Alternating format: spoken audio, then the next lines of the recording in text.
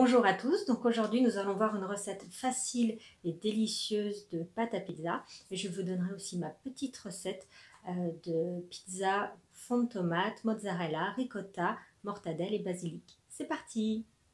Donc pour cette recette de pizza, vous allez avoir besoin de 500 g de farine, une cuillère à café de sel, 2 cuillères à soupe d'huile d'olive, 20 g de levure de boulanger fraîche ou un sachet de levure de boulanger déshydratée et 250 ml d'eau. C'est parti. Donc on va déjà commencer par délayer la levure de boulanger dans un petit peu d'eau tiède. Les 250 ml d'eau doivent être à température ambiante.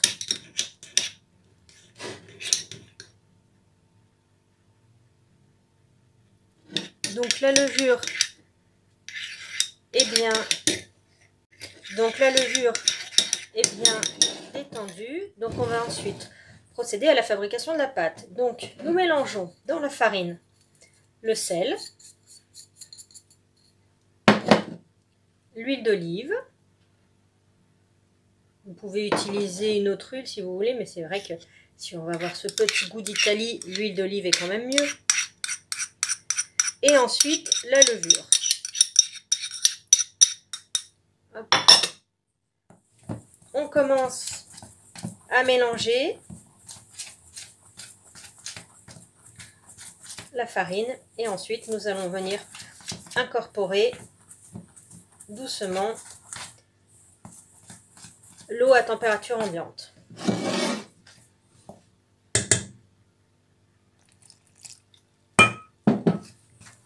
Donc là au début je mélange avec une cuillère, ensuite je vais venir pétrir à la main.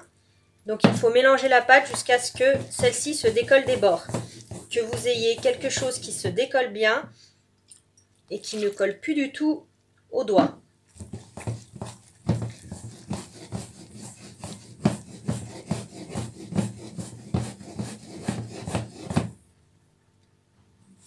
Donc ensuite, on va pétrir à la main. Donc il faut qu'il ne reste plus du tout de farine seule sur les bords. Pas à pétrir votre pâte en dehors du cul de poule sur votre plan de travail. Normalement, si votre pâte est bien malaxée, vous n'avez pas besoin de fariner celui-ci. Vous voyez là, la pâte, elle ne colle pas. Quand votre pâte est bien ferme, bien lisse, on va la laisser reposer dans un cul de poule recouvert d'un film alimentaire pendant 1 heure à température ambiante. Et là, votre pâte à pizza va devoir doubler de volume. La recette, là, je ne vous l'ai pas dit, c'est une recette pour 3 pizzas. Donc, une fois que cette pâte aura doublé de volume, on va ensuite la dégazer et la portionner. Donc, la recette est pour 3 pizzas. Vous n'allez peut-être pas manger 3 pizzas d'un coup, mais la recette se congèle très bien. Une fois que votre pâte est finie, vous la portionnez, soit en boule, soit vous l'étalez entre 2 feuilles de papier cuisson, et vous la mettez au congèle pour une utilisation ultérieure. Hop, voilà. Donc ma pâte est terminée. Je vais la mettre dans le cul de poule, filmer. Donc pas besoin de filmer au contact, hein. Il faut lui laisser la place. Donc on va juste filmer comme ceci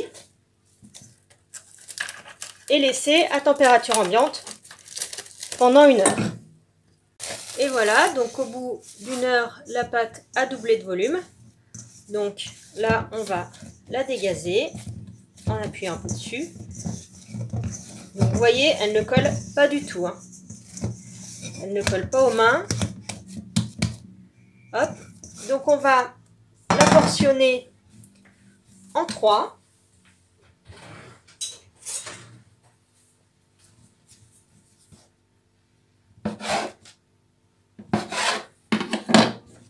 Et ensuite, on va donc réaliser 3 boules que l'on va filmer et ensuite laisser reposer une demi-heure au frigo. À la fin de cette demi-heure, on pourra enfin étaler notre pizza. Donc là, à ce stade-là, vous avez le choix, soit on s'en sert, soit sinon, vous les laissez filmer au congèle et vous les sortez comme vous avez besoin. Ou alors, vous les étalez entre deux feuilles de papier cuisson, comme j'ai expliqué tout à l'heure, et vous les mettez au congèle. Comme ça, elles seront prêtes à utiliser la prochaine fois. Donc, au bout d'une demi-heure, la pâte a encore gonflé un petit peu.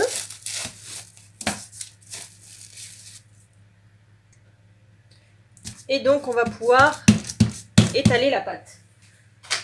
Donc, vous pouvez fariner un petit peu le dessus pour pas que ça colle à votre rouleau. Moi, j'aime bien étaler directement sur papier cuisson. Comme ça, j'ai pas besoin de déplacer ma pâte. Je la mets directement dans mon moule à pizza et je la garnis. Donc là, on étale en tournant d'un quart de tour à chaque fois pour garder le rond de la pizza jusqu'à obtenir la taille désirée. Et voilà, ma pâte est prête. Donc là, j'ai été jusqu'à la hauteur du moule et je vais pouvoir la garnir. Donc pour la garniture de cette pizza, vous aurez besoin de basilic frais, de ricotta, de sauce tomate. Donc la sauce tomate maison avec des petits oignons. Vous pouvez mettre ce que vous voulez, hein, comme sauce tomate des préparations à pizza ou autre. De la mozzarella et de la mortadelle coupée en fines tranches. Donc on va commencer par étaler la sauce tomate. Donc moi je fais le choix de laisser des morceaux.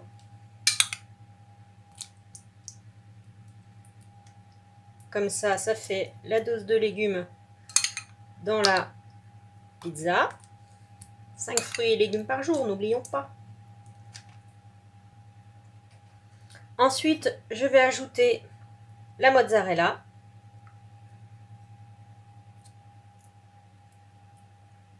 Donc ça, c'est une recette qu'on a pu déguster en Italie, qui était vraiment à tomber par terre. Et alors, petit truc en plus, sur celle qu'on a pu déguster, il y avait par-dessus, après cuisson, saupoudré de pistaches concassées et d'un zeste de citron. Moi, je la fais sans la pistache et sans le citron pour aujourd'hui. Donc, ensuite, on met les tranches de mortadelle. Vous voyez, elle est vraiment très fine. Donc pour une grande pizza, il vous faut à peu près 4 tranches. Hop, tout simplement. Là, on va mettre au four à peu près 10 minutes à 200-220 degrés. Et quand ça sort du four, aussitôt sorti du four, on va mettre des cuillères à café de ricotta pour que la ricotta fonde dessus, mais pas qu'elle gratine ou qu'elle perde son petit côté frais à l'intérieur au four. Là, vous allez voir, vous allez avoir le petit côté frais de la ricotta qui aura tout juste fondu sur la pizza. Et les feuilles de basilic seront mises également après la cuisson. Donc voilà, au bout d'à peu près 10-15 minutes en fonction de vos fours, la pizza est cuite. Donc on va ensuite venir poser des cuillères de ricotta sur la pizza chaude.